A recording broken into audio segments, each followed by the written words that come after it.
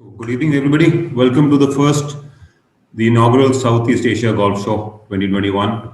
We're thrilled to have all of you here on behalf of GCS&MAI and Pro Touch Sports. We welcome you all to this event.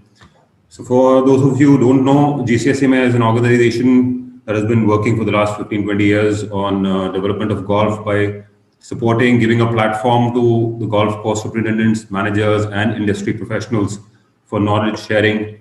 And for the past few years, we've been conducting seminars. And due to the COVID, we thought we'll do an online seminar. But thanks to our sponsors, we are able to conduct a much bigger event. So over the next 3 days, you'll have over 15 hours of seminars and presentations. So thank you to our sponsors, including the title sponsor Toro, platinum sponsor Hunter, gold sponsors including Agricare Corporation, Oswal, Udyog, 5S Turf, and Golf Design India. So without further ado, I'll pass it on to our President, Wing Commander Arun Singh, to say a few words and officially inaugurate the first ever Southeast Asia Golf Show. Good evening, everyone. Welcome to the first Golf Expo for Southeast Asia. This is the first time we have made an attempt like this. As our Secretary General Vijay Nandajog informed all of you, we are an 18-year-old body, primarily looking after the interests of golf course superintendents and managers who work behind the scenes to make the game of golf grow. We focus on education and information. We focus on improving the skills of our members and improving the skills of the ecosystem in general. Above all, we also focus on improving the game of golf, expanding the game of golf, because we know that if the golf does not grow, none of us will grow. So we do reach out to places where established associations do not go. We go to the deep in the hinterland. We go to tier 2, tier 3 cities, towns, and we also try and go into other neighboring countries in Southeast Asia. And the aim of this Golf Expo has also been to include our neighborhood into the golfing ecosystem, because we all can learn and grow together.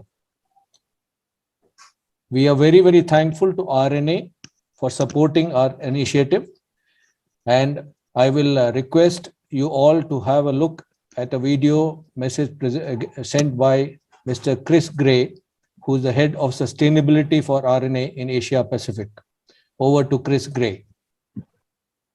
Which provide a positive sporting, environmental and social legacy for future generations. Our sustainability agenda can be best described under these 3 headings: nature, communities and resources. Firstly, nature reflects the environment in which golf is played, its impact on the sport, and the sport's impact on nature. Secondly, communities concerns how golf can benefit the people that live close to a golf facility and the interaction between golf and its neighbours.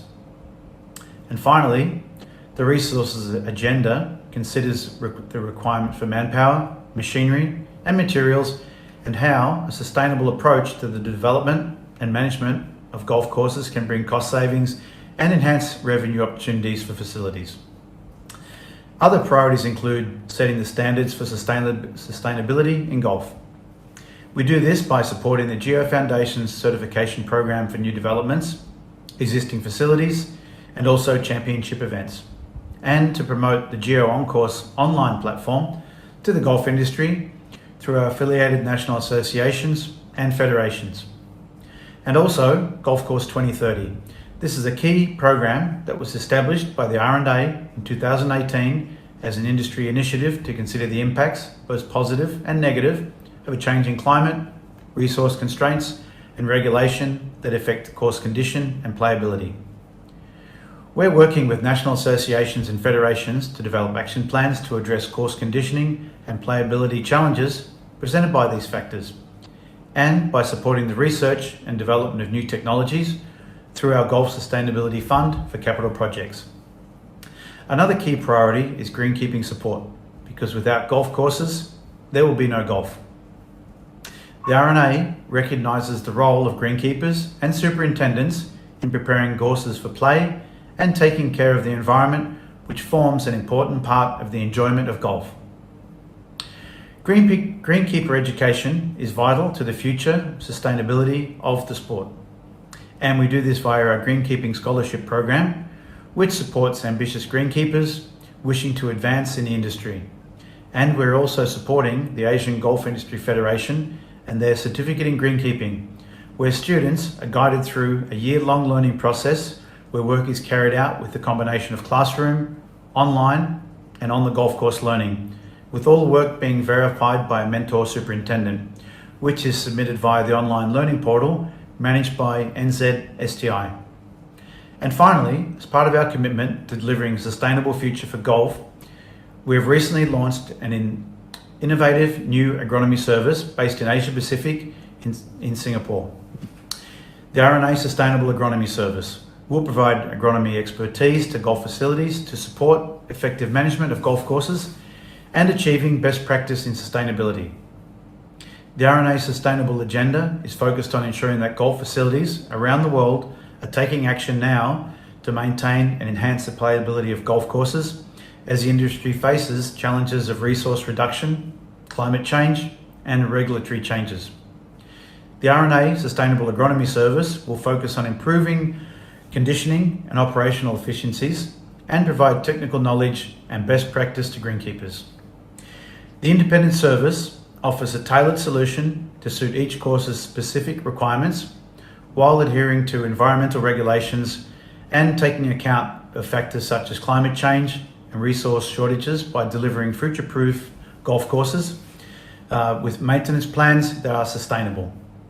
The proceeds generated by the Sustainable Agronomy Service will be reinvested back into the development of the sport through research on turf management, greenkeeper education, and sustainability initiatives to ensure that golf is thriving 50 years from now. Thank you.